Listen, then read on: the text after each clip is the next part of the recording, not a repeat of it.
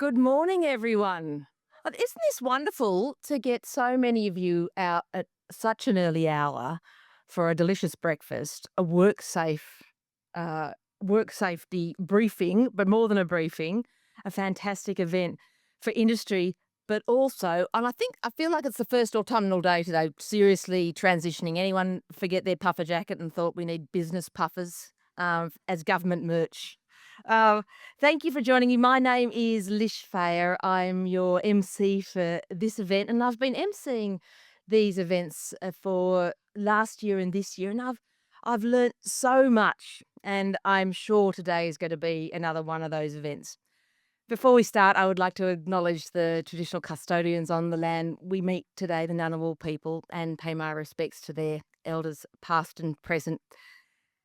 Now, work safety is something when I started this and when I started my career, I thought it was about not getting a sore back, uh, going home, going home safe, but also going home just with this physical body being operational. I never thought about mental, emotional safety at work. And over the course of these events, uh, the safety of our workforce, and not just our physical safety, but our emotional safety, the stress, the burnout, and managing that is paramount. So, today, as diverse a workforce as you are as government employees, today we're going to be looking at that safety and how you can address it and how you can maintain it and how you can look after your staff but look after yourself. So, we have a wonderful array of guests to talk you through that. We have your questions as well, and you'll see up here on the screens the Slido questions. Throughout the event, as questions pop up, no doubt they will, please put your question in there. And if you see a question that you would like asked as well, just vote for it. If you have an additional question you'd like asked, just put yours in there. And when we get to our panel discussion later on in the program, those questions will be asked according to who votes for which questions. So please do that. It's a really important part of the event today. And no question too hard or too out there. And they are anonymous. If you'd like to ask it in person, of course, you can put that to our three guests as well. Um, we are recording this event, so if you don't want your fizzog on film, please raise your hand, and one of the WorkSafe people will be able to remove any footage of you. But also, the topics we discuss can be triggering. So if that is going to be triggering for you, please take a moment and leave the room. Tea and coffee are served. Look at this breakfast. I think WorkSafe have got it together because not only have they got you here at 7 a.m. on a chilly morning, but they've provided the most magnificent buffet in Canberra. So please eat. I want to hear the sound of scraping plates as the breakfast comes. I don't want you to just sit there quietly and wait. Just eat every item of food on the table before we leave. No one leaves, actually. Uh, unless everything is gone from the tables. We've got a couple of little baby chopsers over here taking notes. So please keep everything clean. Maddie Northam over there. And thank you all for coming. Let's kick it off this morning. I want to introduce our three guests. Some who will be familiar to you, some will bring a perspective that will be very refreshing. First of all, these speakers will take to the microphone for 5 minutes, and then you'll get a chance to ask questions. To kick it off, Jacqueline Agius, our Work Health and Safety Commissioner here in the ACT, Labour Hire Licence Commissioner as well. She brings a wealth of experience leading WorkSafe ACT, but also has been spearheading initiatives to address compliance and ensure compliance and promote safety across various sectors. Our next speaker will be Michael Young, who is the Executive Group Manager at the ACT Government Work Safety Group, looks at workers' compensation across the public sector, and Professor Veronica Taylor, Professor of Law and Regulation at RegNet at ANU, and her current challenge. She's a Chief Investigator at the Radiation Innovation Centre. So when you think about radiation and the safety and risks associated with that. She is the top of the tree when it comes to getting all the groups to talk about regulating that space. So let's start. Please give a big round of applause and a warm welcome this chilly morning for Jacqui Agius.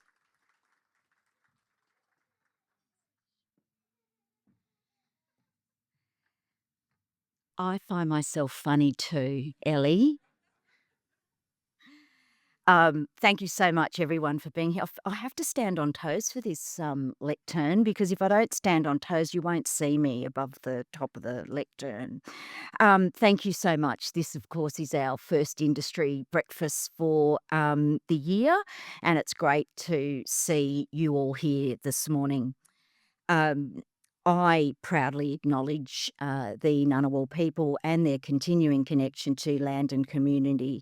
I also acknowledge any other people and families with connections to the ACT in our regions, and I extend my acknowledgement to all Aboriginal and Torres Strait Islander people present. Isn't it great to have Lish back?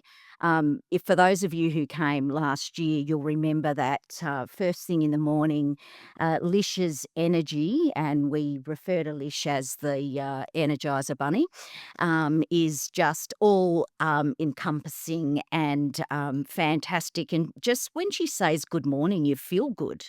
It's just those dulcet tones that we're used to from ABC Radio, Lish, I think. And thank you to Michael and Veronica for joining us. I'm heartened by who I see in the room this morning, and I won't pick out anyone individually, but I just want to note that there are a number of DGs and deputy DGs in the room, and I thank you for joining us this morning for this government industry breakfast. I think all of you know that I absolutely love work health and safety. And this is partly because of my fervent belief that adequately implementing the WHS framework in workplaces resolves almost every workplace issue. Work health and safety is a proactive framework. The hazards and controls for the hazards need to be in place before the risk eventuates. One of the biggest mistakes that we can make as PCBUs is waiting for an incident to occur before we risk manage the hazard. By then, it's absolutely too late. We don't want to wait until an incident occurs before we do something. That's the whole idea of the work health and safety framework. Firstly, I'll just define generally for those in the room what we mean by the government or public sector. So when we refer to this sector, we are talking about somebody who works or who is employed by government either at a federal, state or local level. And the employment is direct employment. It's important to note, however, that if your agency has contractors come into your agency and working in your agency, then you're also jointly responsible for their safety as well. So you have the obligation of due diligence to ensure that any contractors or consultants that are working for you are also safe in your workplace. There are almost 240,000 workers in the ACT and close to 40,000 workplaces. We know that in the ACT there are about 70,000 government workers. That's a combination of both federal and ACT workers.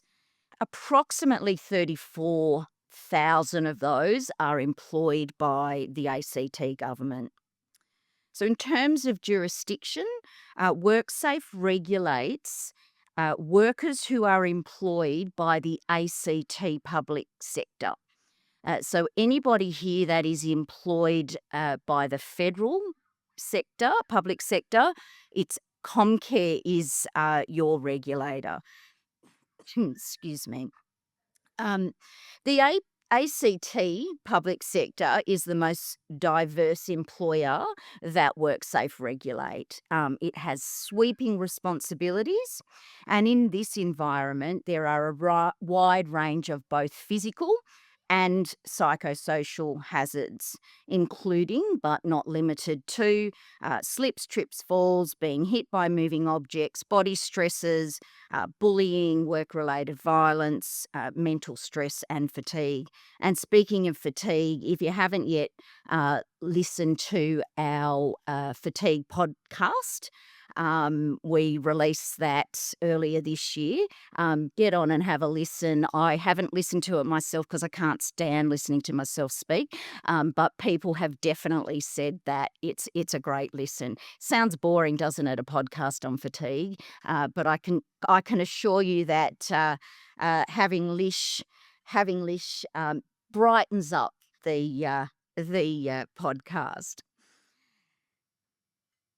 Leaders in the government sector have duties to keep their workers and others in the workplace healthy and safe as far as is reasonably practicable. This obligation applies equally to me, as I am also a person conducting a business or undertaking, so a PCBU. And I'm in even though I'm not a public servant, my employees, the workforce in WorkSafe ACT, are all employed by the ACT government, and I have obligations to them to keep them safe.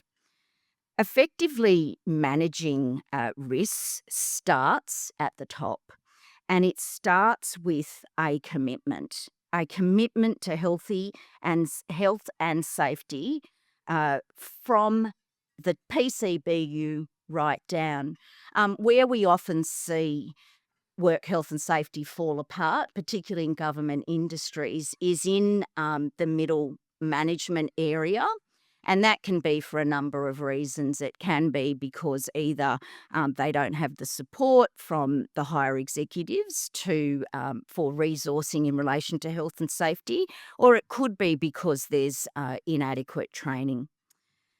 Today, we're going to discuss the crucial role of psychosocial safety and the psychological injuries which can result if we fail to effectively manage the risks. And as we know, these injuries are prevalent in all workplaces, but data shows us that for many government workplaces, the cost of psychological injuries is large, not only in monetary terms, but also in the long-term impact on affected workers and their families. I'm going to put aside the personal cost just for a moment and just focus on the financial cost of failing to risk manage hazards in the workplace.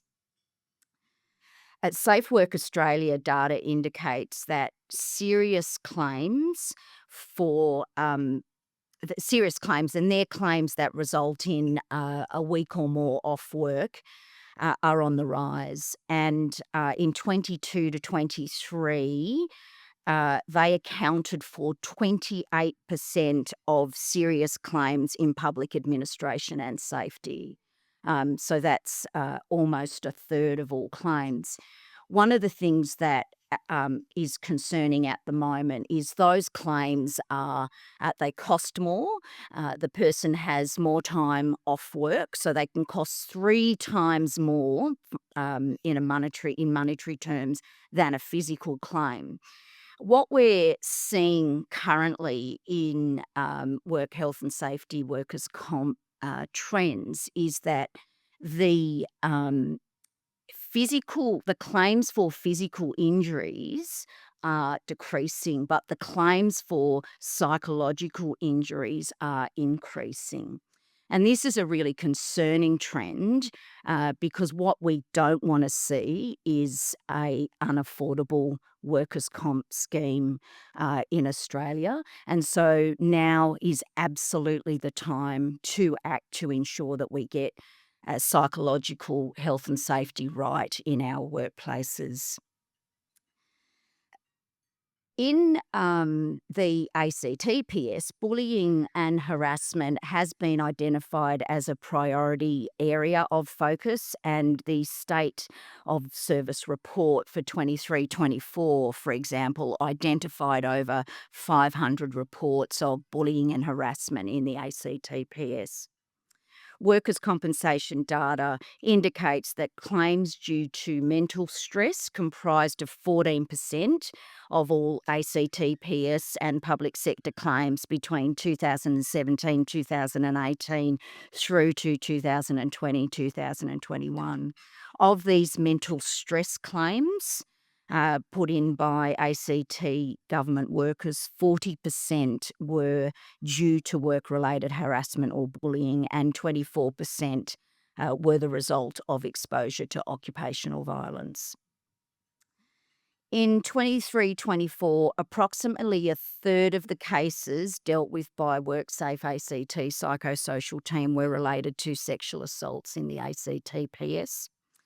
And work-related harassment or work-related bullying were the next most common hazard category, followed by exposure to workplace occupational violence.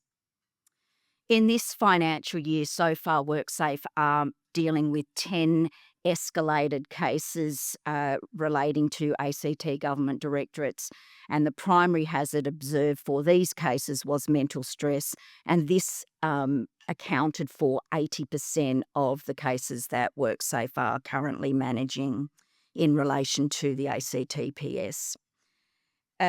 In all of those escalated cases, there were notices issued, and on average, an escalated case will be open for about 119 days. So that just gives you an indication of the amount of work that we're putting towards ACT government. Every workplace has hazards, of course. We have physical hazards and we have psychosocial hazards. And just as every workplace has an electrical hazard that we need to control, every workplace will have hazards such as workload, work pressure, and bullying and harassment. That's the nature of identifying a hazard. Where the issue is when we do not risk manage those hazards. And as I said earlier, the thing about work health and safety is it's proactive, or should be, and not reactive.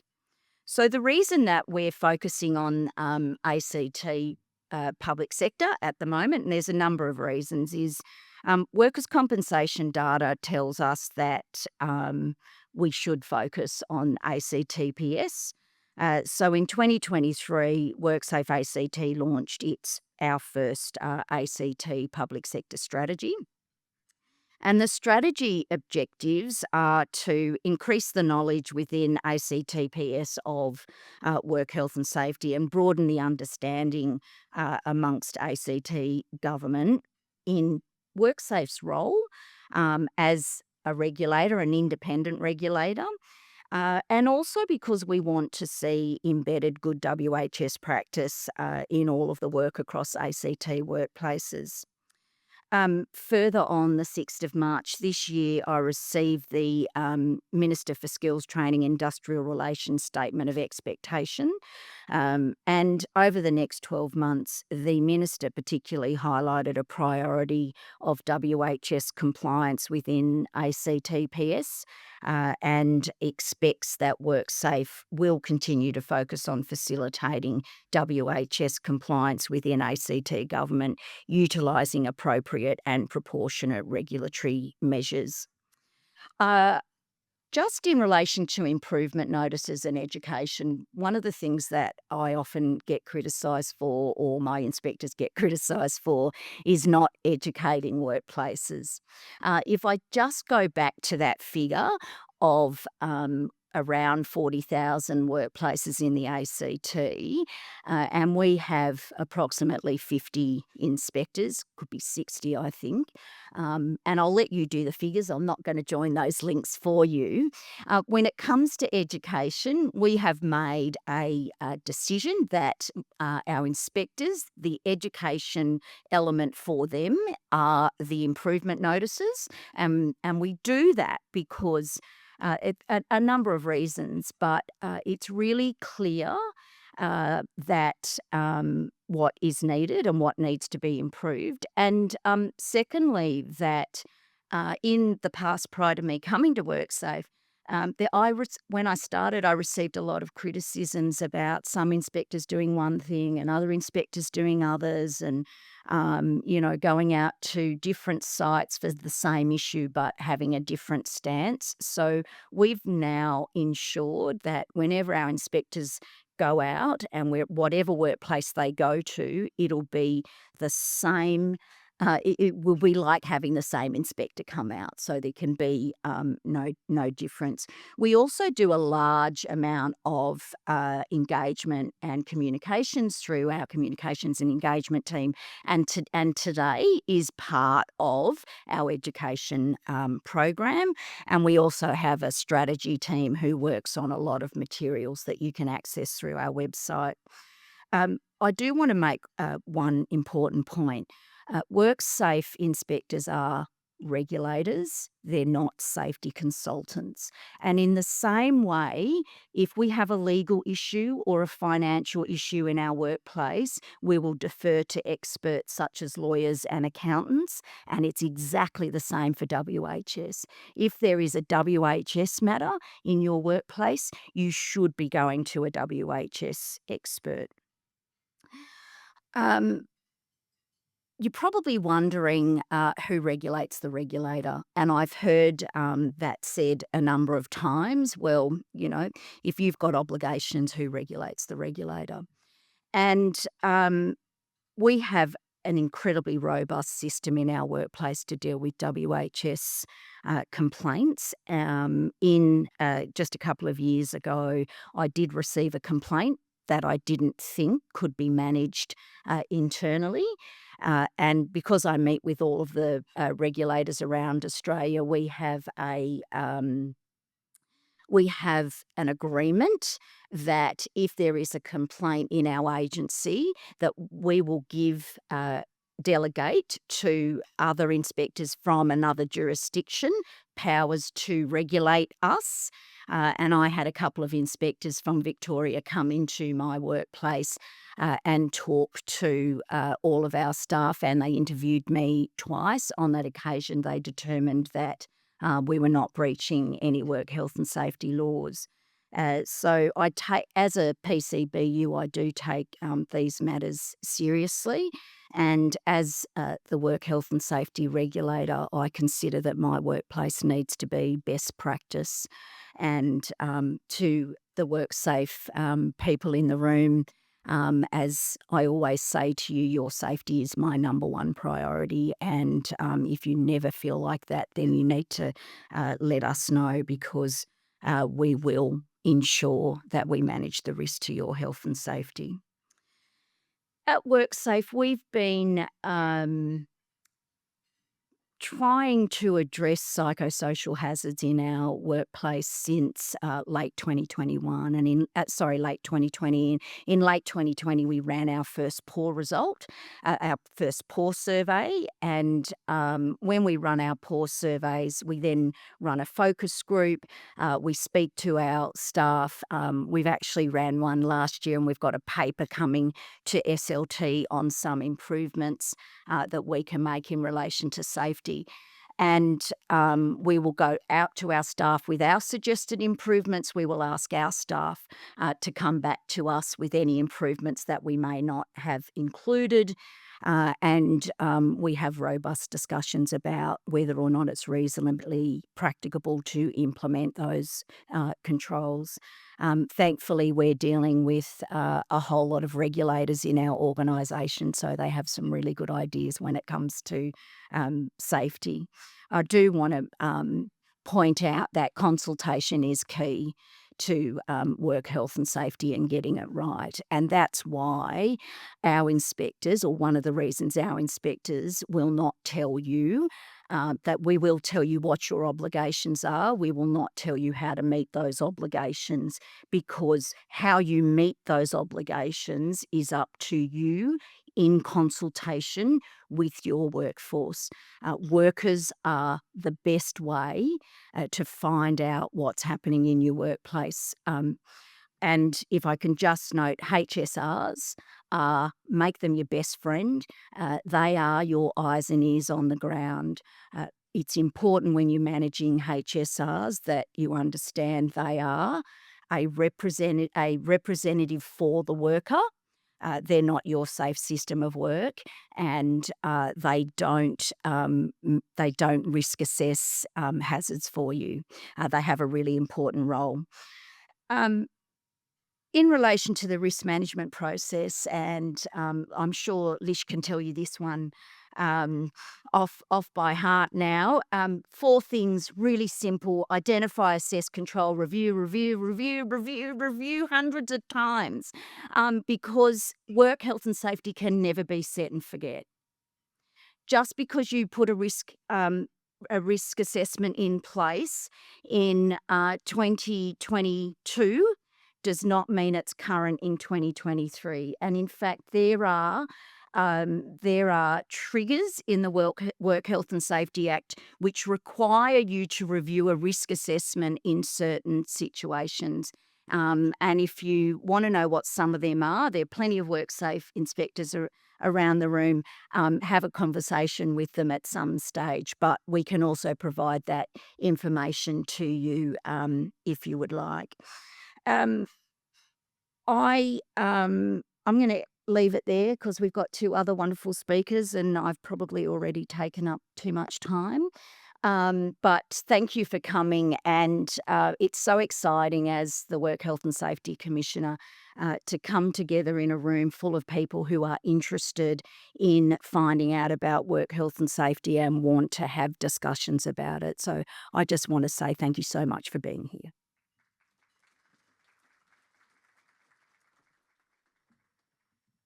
Thank you, Jacqui. You did go over time, but also it is great to have a room full of interested people, and I don't think you become interested in work health and safety until either you're managing someone who has got an issue, you get an issue at the workplace, or you yourself experience it personally. Really interesting that 28% of all claims are in psychosocial now. And I think just the language psychosocial, people mightn't have known that word. They might know what it is. They might have experienced it. And that's the reported claims. And I wonder how many of you in your workplaces have experienced it but would never report it. Identify, assess, control, review. I used to work at Questacon, and you could never imagine the risks that would present themselves at Questacon. Even though you would identify the logical risks at a place like that, you would assess them, you would try and control them, and then you'd review them. But I tell you what, every day in my role there, I could never have anticipated what could possibly go wrong in a hands-on science centre. I remember designing an exhibit once, and you'd think there's no way a child's going to get their head in that. A kid's got their head stuck in. You know. Anyway, so thank you, Jacqui, for reiterating identify, assess, control, review. As for how it's all managed, Executive Group Manager of the ACT Government Work Safety Group is Michael Young. Now, Michael is also the Public Sector Workers' Compensation Commissioner.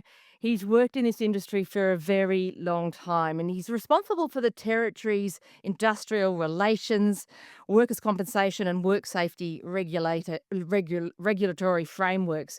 He's the full bottle across all this and has lots of experience in dealing with workers' compensation and all the risks that he's seen across his desk. Michael, thank you for joining us this morning. A big round of applause for Michael. We've got to warm this place up.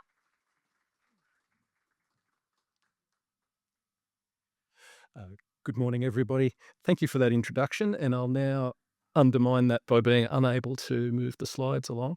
Oh, didn't work. There's a slide missing. I apologise. I would also like to acknowledge the traditional custodians of the lands that we're meeting on today, and also to acknowledge the many experts in the field and passionate advocates for workplace health and safety and injury management that I see among us. Thank you. The work that you're doing is making people safer, and it is much appreciated on behalf of your workers and colleagues that aren't here. Uh, I'll begin with a breakfast slide, not a chart.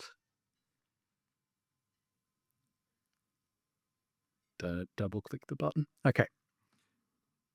Okay, so the slide that you see before you is a chart.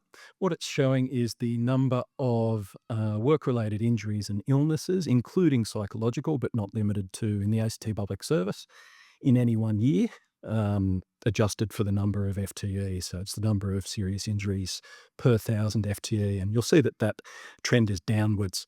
It's been consistently downwards for a long time, 15 years, and that's visible nationally in public services, but the improvements in the ACT have been particularly strong by national standards. As to the drivers of that, I'd suggest that over time there have been significant improvements in the way that we are designing and delivering our work, but also a mature and maturing workplace health and safety system that allows the public service to understand and respond to emerging risks on an ongoing basis. And in the last 5 or 6 years, some excellent early intervention initiatives that have been designed to sort of intervene before injuries become acute and result in people becoming ill and going off work. In that regard, I'd like to acknowledge members of my team who are here today. Their excellent work in this regard has been, I think, a direct contributor. And when I take credit for that, rest assured it is entirely deliberate. Is the improvements that we've seen in this area, though, in a lot of ways undermine the ongoing challenges that we have in respect of psychological injury. So what you can see here is the contributors to work-related injuries divided up by psychological factors, which is the middle orange line, physical injuries, and then other diseases. And what you can see there is that the other diseases and physical injuries are reducing over time, but the number of psychological injuries are increasing. Sorry, I'm at that awkward point where I need to take the glasses off to look at you, but put them on to look at my notes. So I do need to acknowledge that there is underreporting here. These are psychological injuries that are reported and go through the workers' compensation system. That absolutely doesn't cover all of the work-related illnesses and injuries that occur. It's a useful proxy indicator to help us understand what the drivers are, but I'm in no way suggesting that this covers the full field. Nor does it measure the costs to the individuals, their families, productivity, and the services that the territory are delivering. So that orange line going upwards is a concerning trend, and the impact on us all, our colleagues, and our work is very significant. So it is, I think, incumbent on us as professionals in the field to better understand and respond to these issues. One of the factors, as Jacqui mentioned, that psychological injuries tend to take much longer for people to recover and to return to work. So what occurs over time is they accumulate. So what this is showing is the number of people at any one time, ACT public servants, who are off work completely because of their work-related injury or illness. And what you can see on the right-hand chart is all injuries and illnesses excluding psychological injury. And as you can see there, the number of people off work at any one time is trending downwards. That number peaked at more than 600 and is down to around 300 now. Still a very significant number. But in that time, the proportion that are off work because of a psychological injury, and this is a primary psychological injury, has increased. So at the bottom there, it's 100 for those that can't see the scale, and now sitting up at around 200 people off work, public servants, as a result of a primary psychological injury. The colour coding there is sort of showing the age and the amount of time that they've been off, with the grey chart being for more than 5 years. So what we know is that The longer a person is away from work as a result of a work-related injury, the less likely they are to ever return. And the speed at which that relationship of time away to risk of not going back deteriorates extremely quickly. So what that highlights is that first dozen or so weeks after an injury occurs is critical.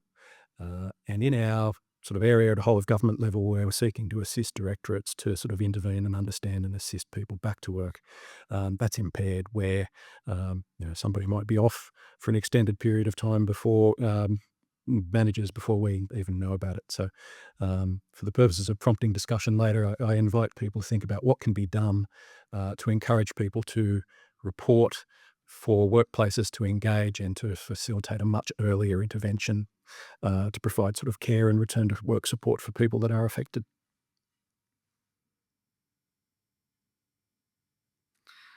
Okay. When we look at the psychological injuries that are occurring, we see that there's a particular cohort, and it varies over time, but it's usually around a third, that are responses to acute injuries. So these are your post-traumatic stress disorder type conditions that have resulted from some very specific traumatic event or events in the workplace, and often results in a fairly acute set of symptoms and then people going off work. But the other 2/3 are claims that, for the purposes of prompting discussion later, I'd like to introduce the concept of burnout, work-related stress, as key factors that are driving these. I introduced that here because I think there's extensive work going on to assist the Territory to comply with its risk assessment requirements, to put in place systems that are intended to identify risks, to design them out, to prevent injuries from occurring. But when we consider the nature of the work that's going on here, and this slide is a sort of a breakup of the occupational classes by numbers of people working in the areas, there's a significant number of frontline roles. So I think, as everybody here would understand, for people that are providing direct services to the community, and particularly in health, education, corrections, emergency services, there are inherent risks of exposure to occupational violence, to traumatic events, that we should absolutely do everything that we can to limit and prevent. But where they do occur, I think we need to anticipate that people will be exposed. My time is up, apparently, and that injuries will occur. Well, that's awkward. Um, uh, Burnout, work-related stress. This is not a mental illness. It is a feeling that makes a work-related psychological illness more likely to occur. And it's characterized by feelings of exhaustion, of depletion, with an increasing feeling of disconnection and cynicism with the work that people are doing over time. And where that becomes protracted, and where there's potentially a disconnect between a person's personal values and the values of the organisation, the work that we're doing, we see across the board the likelihood of work-related illness occurring is significantly increased.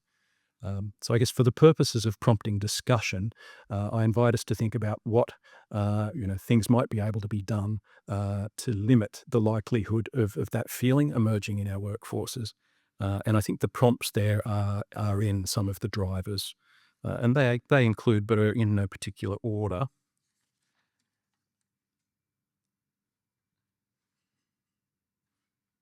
Let me get this wrong.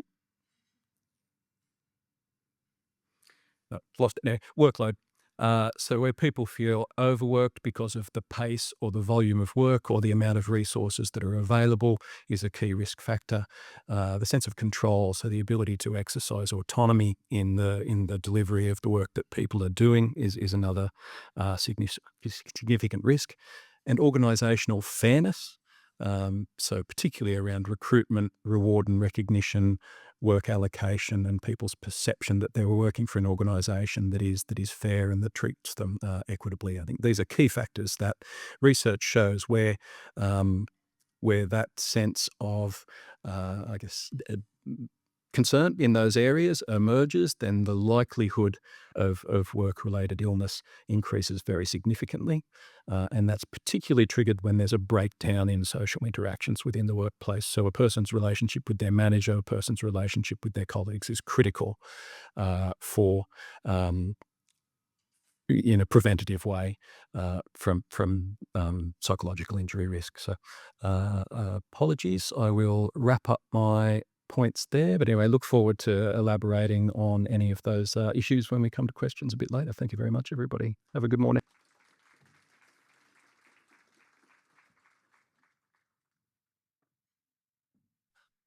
Thank you, Michael. And as Michael suggested, please scan the QR code, submit questions, because no doubt you have lots, many, just the key drivers around burnout, workload control, organisational fairness. And I think people are nodding their heads, no matter what level you are, what industry you're in, and dealing with that, and how much of it is subjective, how much of it is objective. Lots of questions. So please, I really encourage you to scan that QR code and put your questions in.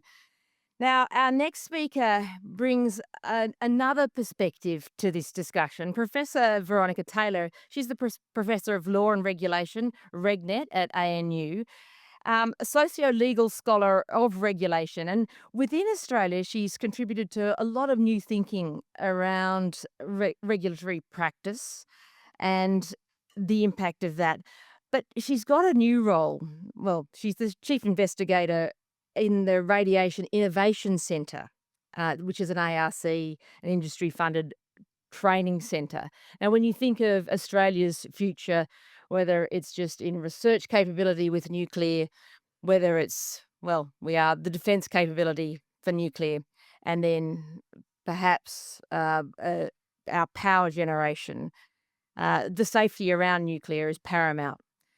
Lots of questions to be discussed, and pulling all those strings together from the expertise is Professor Veronica Taylor. Please give her a big round of applause and warm welcome.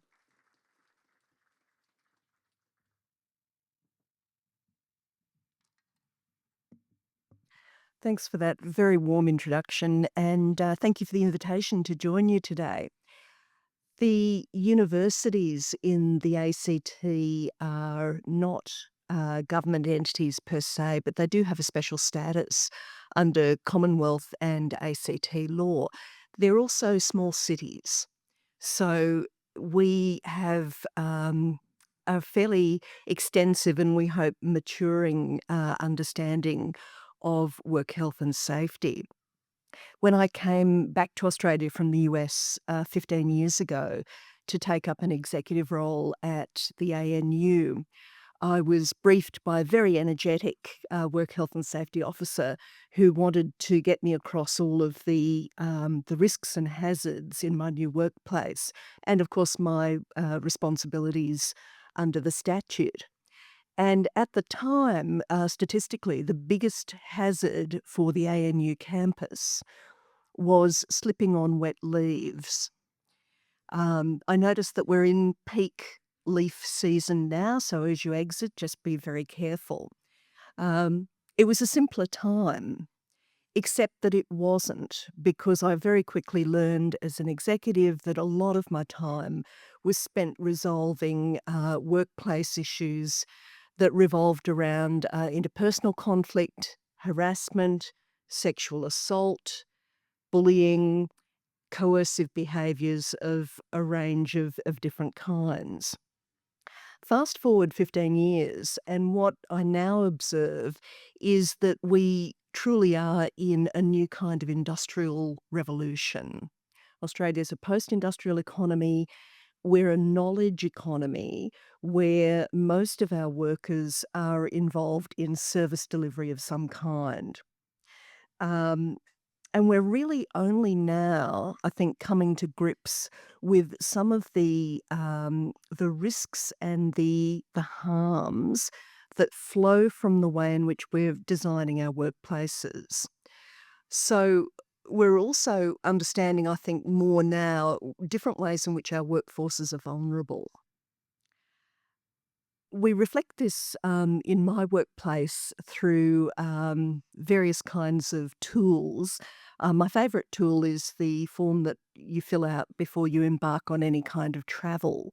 And it now identifies about 57 different kinds of risks that you might encounter when you're on the road, either in Australia or internationally. And the international risks include armed violence and coups. I know something about those because I led teams in Afghanistan for 10 years. And I'm proud to say that over the decades I've done work in conflict affected places, I've always brought my teams home safely.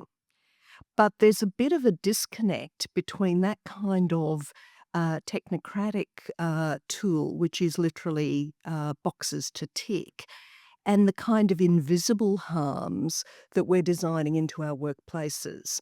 So I want to call out a couple of those and just focus our attention on what I will call strategic ignorance. Harms that we're creating for our workforces but are deliberately looking away from. One that immediately comes to mind in the ACT and also in my own workplace is restructuring. So we talk about the machinery of government. When I think about that term, I think about cogs turning in the first industrial revolution, and I think about the people who get caught in the cogs. So if we're not attentive to this, we are missing the fact that any kind of large-scale structural change creates immense anxiety for people who know that their jobs are going to change or, in many cases, disappear, and those who will be delivering that bad news and dealing with the fallout from those changes.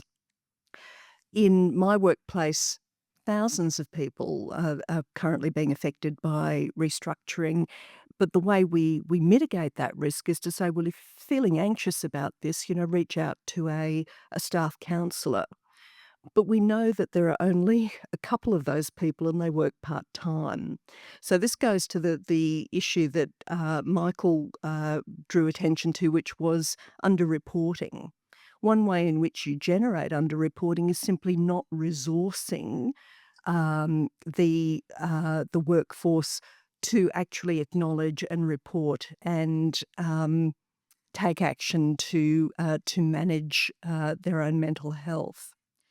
The second thing that I'd point out is that when you're doing restructuring, you're typically doing it because you're in some kind of financial difficulty. So there's a real temptation to do that under resourcing or to minimise the story about the actual impact on your workforce. The second example is the way in which we still continue to design processes and forms and procedures in ways that generate stress. I've just completed a 2.5-year study for part of the ACT government on regulatory burden. And one of the findings from that study was that small businesses in the ACT experience quite significant psychosocial burden from trying to navigate systems that are poorly designed, or being on the receiving end of a system that doesn't have an accountable human at the other end of the communication channel, whatever that might be. So I'd suggest to you that based on that empirical evidence, if we were to apply the same lens to government transactions or to the higher education sector, we'd find a low level of continual irritation, frustration, and stress that's being experienced because of the ways in which we're designing our systems. Now, at this point, someone will say, inevitably, AI will help. It may well help, but it also may be one of the sources of stress. So I want to just close off at this point by saying we need more humans in the loop. We need to be more attentive to the invisible ways in which we're creating psychosocial hazards. And we need to jump out of this strategic ignorance and the kind of reactive posture and engage a little bit more honestly with the ways in which we have designed in hazard to workplaces that are primarily service delivery or knowledge worker based. Thanks.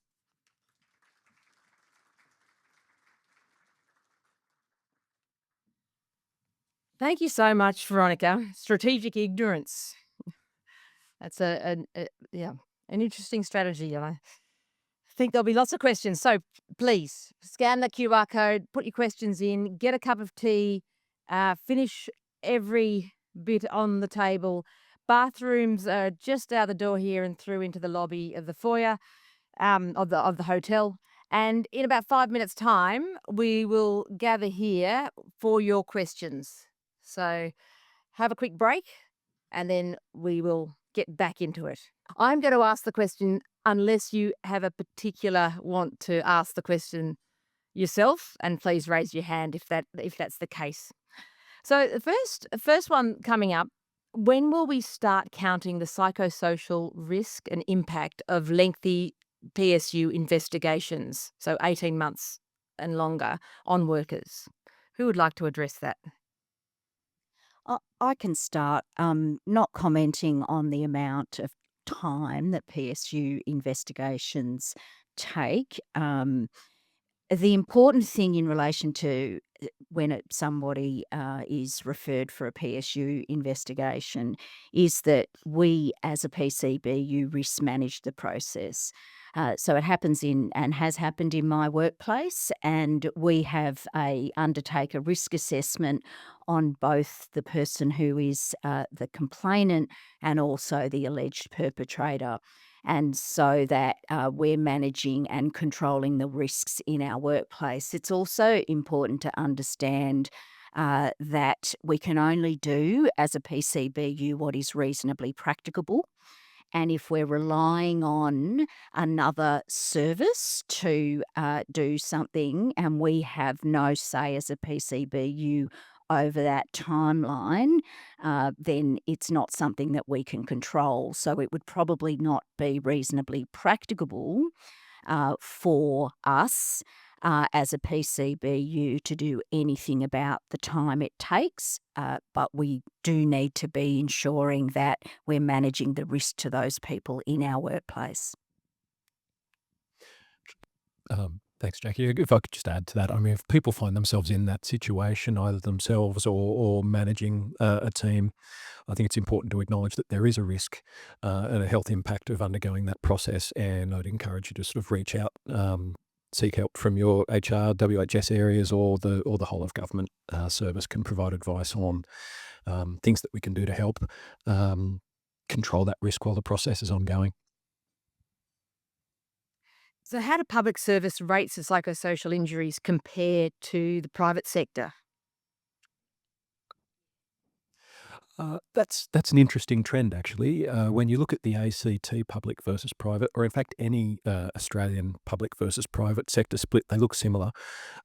So the primary psychological injuries declared in the public sector is much higher, and it is trending up faster. So I think most Australian state public sectors report around 30% these days, primary psychological injuries coming through. And in the equivalent private sectors, it'd be half that.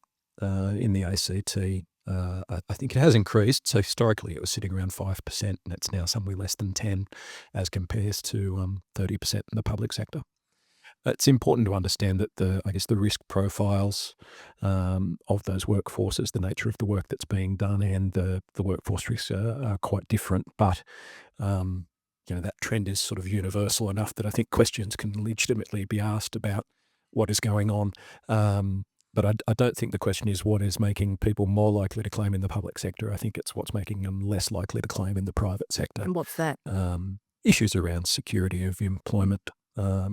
Particularly, I think we know that where people feel supported by their workplace in secure employment, they're more likely to reach out and seek help when they're less concerned about sort of the consequences for their wages and career.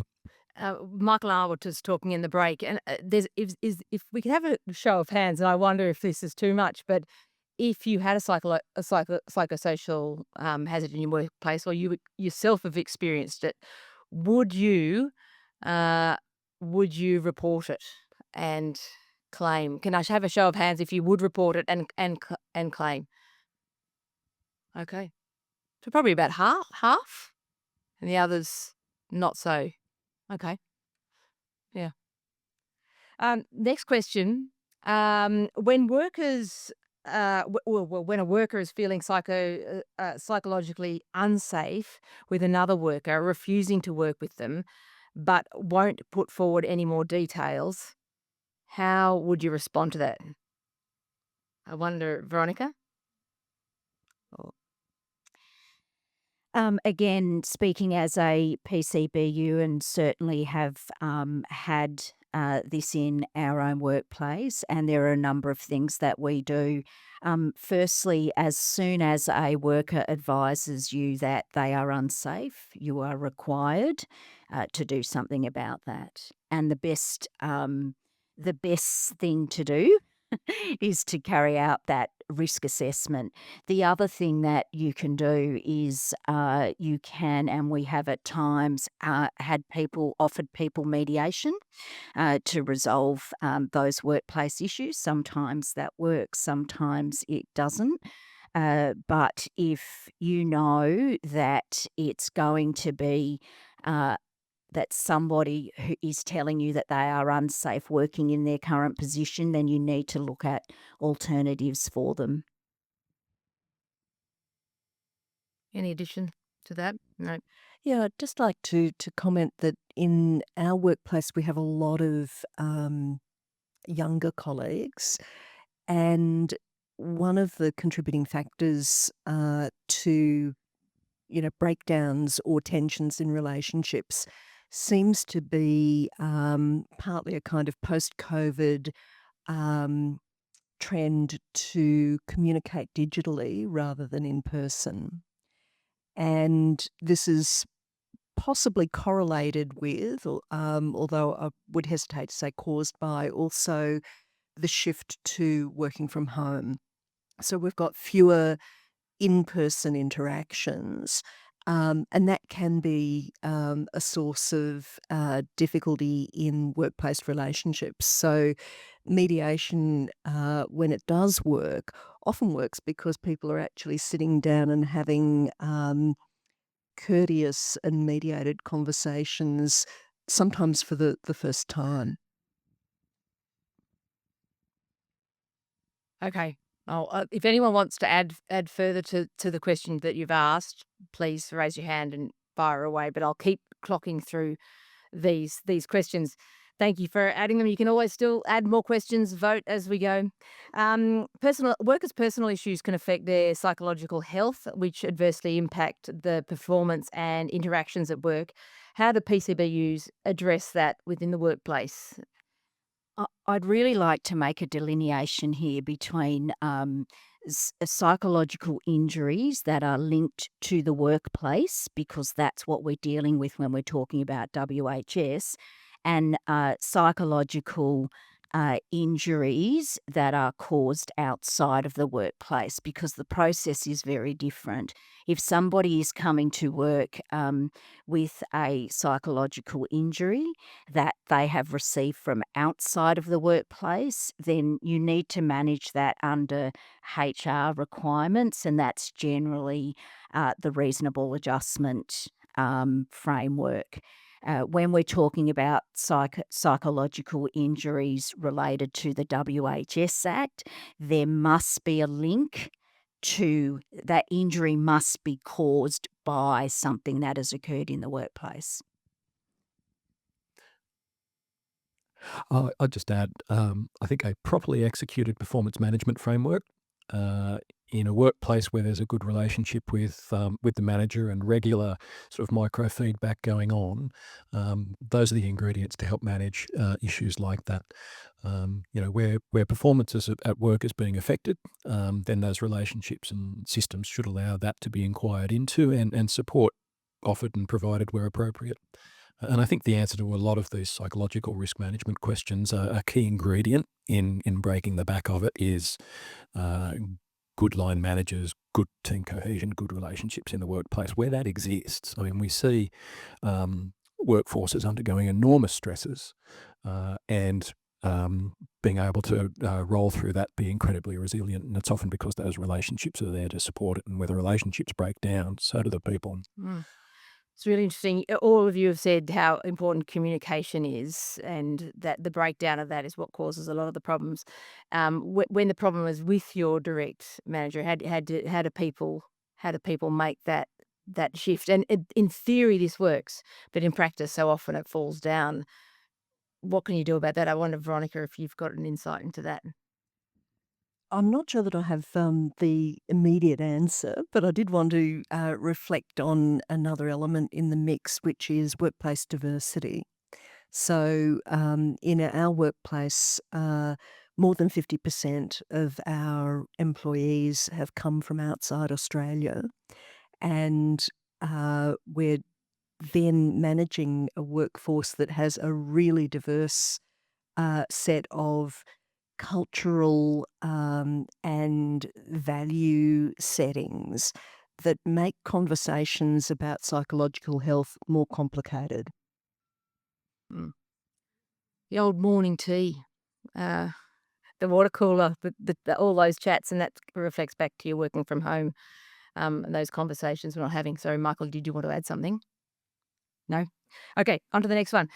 This is from Maddie. A significant number of improvement notices have been issued to ACT public service in recent months. There seems to be lots of doubling up. Is the ACT public service learning from all of this? Michael? Looking at me for that one. The improvement notices are the primary instrument by which the regulator is able to provide advice and trigger action. And at the table earlier, we were talking about a number of really positive improvements to the way that work is going on that has been triggered or certainly accelerated by those interventions. So I think I've heard Jacqui describe the improvement notice as is exactly that. It's the prompt, the advice to do things better. So as to the question of multiple, I mean, there are sort of a number of efforts that we're making. The home visits is one that I think a number of the people in the room are quite involved with at the moment, where issue identified as affecting multiple workplaces is being managed in a coordinated way. Likewise, at a whole of government level, we've got a range of audit and assurance processes that are continually evolving. So we do seek to monitor notices being issued and incorporate those in our follow-up programs. So, for example, we might initiate an audit intervention informed by a finding or documented an improvement notice in one workplace and roll it out in others. So I think the short answer of that question is yes. I mean, it's a key input to the business intelligence that we use to monitor how we're performing and where our risks are. Others are instant notifications, workers' compensation claims, and working through our HSRs and safety networks. So it's a rich tapestry and triggers to be just constantly understanding and doing better. And I would say, yes, we are issuing a lot of notices in the ACT public sector. This is partly because we are focusing on the public sector as an industry. And our inspectors are closing off those notices, which indicates to me that the improvements are being made in the workplaces, which is a really positive sign. I can also say that the engagement with the inspectors has been really positive, and we've really seen ACT government and directorates generally coming to the table and having those discussions, which for us is a really good sign. This question is about WorkSafe ACT being not a consultant. Safe Work New South Wales, WorkSafe Victoria do provide consultation services, so why doesn't ACT? Because they have lots and lots and lots of money, and we don't. No, I'm being flippant. They do have lots of money though. No, it really is a decision that we have made to be a regulator. We have spoken about whether or not we have an advice line that is separate to our regulatory services, but it's a question of where does that advice line sit? Does it sit with us? Does it sit with ACT government? One of the biggest issues for us as a regulator is if we give you advice and we say to you, we want you to manage this risk in this way. These are the 4 controls we want you to put in place. And then something goes wrong and we want to prosecute you. Your defense will be, we did what WorkSafe said. And so we are not going to get into, and it's a decision by me that we are not going to get into that space where we are safety consultants. Every regulator has a different way of approaching things. Okay. Thanks, Jacqui.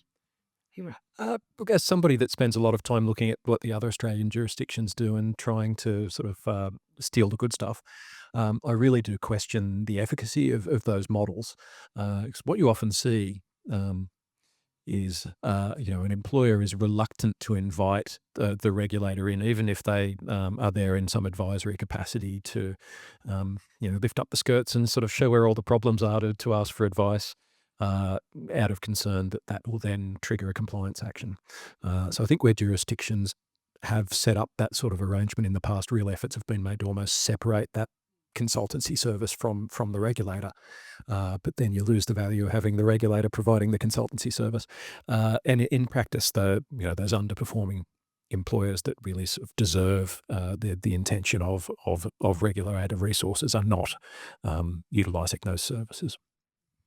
This question, I think, Veronica, might go to you, but why are psychosocial injuries increasing? The hazard number's the same as always, but people are more aware. That education and awareness is playing into it, and are reporting, or are hazards themselves increasing? So I think psychosocial injuries land differently for different parts of the workforce. If we think about younger workers or those who are just entering the workforce at the moment, they're people who are coming out of a fairly sustained COVID experience. So that's a big change, both to the way in which they approach work and also to just base levels of resilience. For older workers, the impact of technology change and the kinds of structural changes that we're experiencing during economic headwinds are also fairly significant.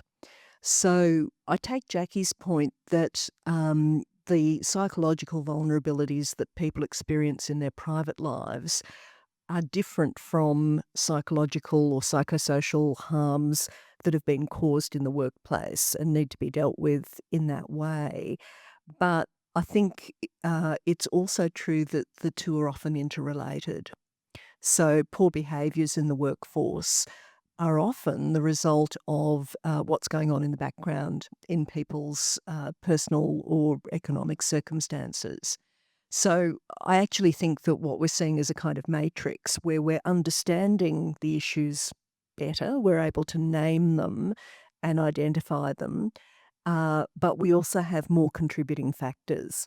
But those are landing differently for different people in the workforce. So we've got more diversity, which is complicating our ability to predict and respond more proactively. So it's not a solution, but just a layout of the problem. And it really complicates things, doesn't it, with our resilience and how much we just need to toughen up. This is management, this is work, this is what you've got to do, and how much is just unreasonable. And I think that's the key, Lish. It's what is reasonable and lawful management action rather than unlawful management action. Okay, questions, keep them coming. Got another 7 minutes or so. Tips for bringing senior management on board to assist in addressing hazards and risks within the workplace. Can we get your top ones from each of you? Yeah, sure. I think this really would benefit from the kind of regulatory approach that we use when we're talking about stewardship. We think about regulation as managing and improving assets. If we think about our workforce as assets and we think about the really deep investment we've made in people, it's illogical and a bit irrational to then step away from that investment right at the point where a psychosocial hazard is occurring. So rather than thinking about mitigating the risk of claims, which is often the way we approach it, I think that we need more conversation with senior management about how you actually are stewarding your assets, because your major asset is your people. That's excellent answer. I'd probably add, I think any effective organisational strategy to sort of manage those psychosocial safety risks should have at its heart the role of leadership. So I think it's incumbent on the designers of those programs to understand that and to design in those triggers, those prompts to invite and make easy the participation of senior leaders. Management's another kind of question. And I think there are a lot of good examples. I think the ACT public sector's sort of whole of government strategy is a very good one in that sense. So, and that should translate down to, how the safety staff within organisations, directorates are translating those strategies into practice. So I think there's a lot of really good examples and some resources online that people could look at to get a deeper understanding of that. But yeah, really important, critical. I think it's really important to ensure that senior management know what your priorities are as the PCBU, and that you constantly reinforce that. That's certainly something that we've been doing at WorkSafe. But the key is training. We often end up with people in senior management positions who just have never had any training on work health and safety. So they don't, there are senior managers in every organisation that wouldn't know how to do a risk assessment, for instance. It's a really, and I'm going to be harping on about it forever because we use it so much in WorkSafe to manage and control the hazards in our workplace. And we do it in consultation with the affected worker. And it really is an amazing tool. And if every manager in every workplace could undertake a risk assessment, then a lot of problems would be solved. If anyone has a tip to add, just put it as a question on the Slido. If anyone wants to add to that, that would be excellent. Thank you all.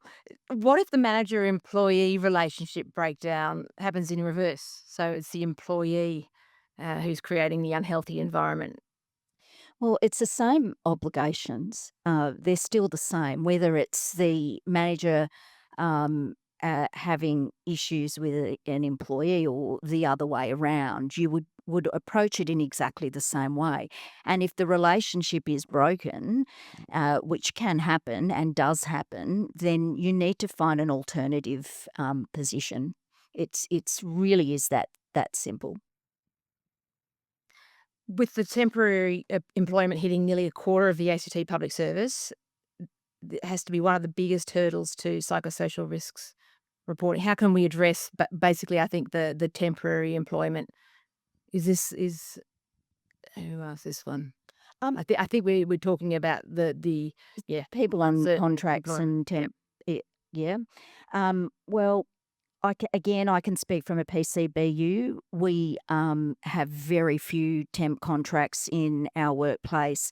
I've made it very clear that I don't agree with temp contracts, and the only time we will use them is if someone is on leave or is moved to another directorate and we have a gap that we need to fill, but otherwise we don't use contracts. I think that the whole issue, and Michael mentioned it before, around insecure employment will add to people's reluctance to report.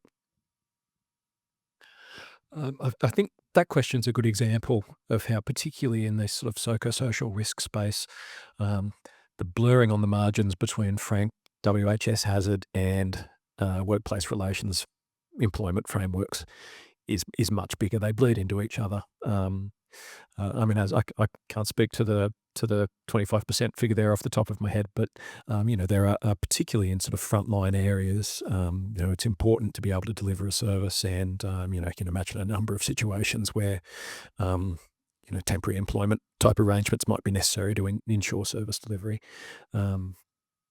It's not my field to talk about, but there are processes in place under Fair Work, under ACT industrial agreements to increase the proportion of the workforce that is in secure employment. And in part, where that occurs, we know being in secure employment is, one of those factors that sort of reduces the risks in this space. So, in that sense, those measures should have a positive impact. But yeah. I don't want to burn out my three here. There's so many more questions, and I'm really sorry we won't have a chance to get to them. But I think to wrap it up, can each of you give the one thing that you would love people to go away with today around whether it's psychosocial risks, hazards, managers? What is it? Give us your gold. I'll start if you like. My dream in relation to WHS is that we learn to risk manage psychosocial hazards in the workplace in the same way that we risk manage physical hazards. And I think when we get to that place, it'll be a really nice sweet spot. I think it'd be great for people to think about those interpersonal relationships that are occurring in the workplace. What is it that makes people want to come to work? Having good relationship, having friends, and what can be done to make that something that is there for a larger proportion of our workforce. So I'd like to make psychosocial hazards and how to avoid and mitigate them just part of the normal workplace conversation. So in the same way that you would look and say, oh, goodness, that's a trip hazard, we need to get right onto that. We'd say the same of psychosocial risks that we're creating for each other. Thank you to our wonderful guests, but thank you for all your excellent questions. I've really appreciated those. And any we didn't get to today, the WorkSafe team will answer them, Director, and they'll be up on this list of resources. So just scan that QR code. Take all the merch, by the way. Fill your pockets with pastries. The bag you can dress in WorkSafe green. Just like you this morning, Liz. That's right. I was very Fully on excited to brand. see you walk in on brand. I know. I'm almost like a green screen up here. But thank you all for coming out. I know it's only just been an hour and a half to kick off the discussion, but we really appreciate all your input and expertise, and especially those of our three guests up here. Can you please give a big round of applause for Jacqui Agius, Michael Young, and Professor Veronica Taylor, and thank you. Take care on the way out. There are a few trip hazards. WorkSafe, and no wet leaves yet, but rain may be forthcoming. Thank you for your time this morning.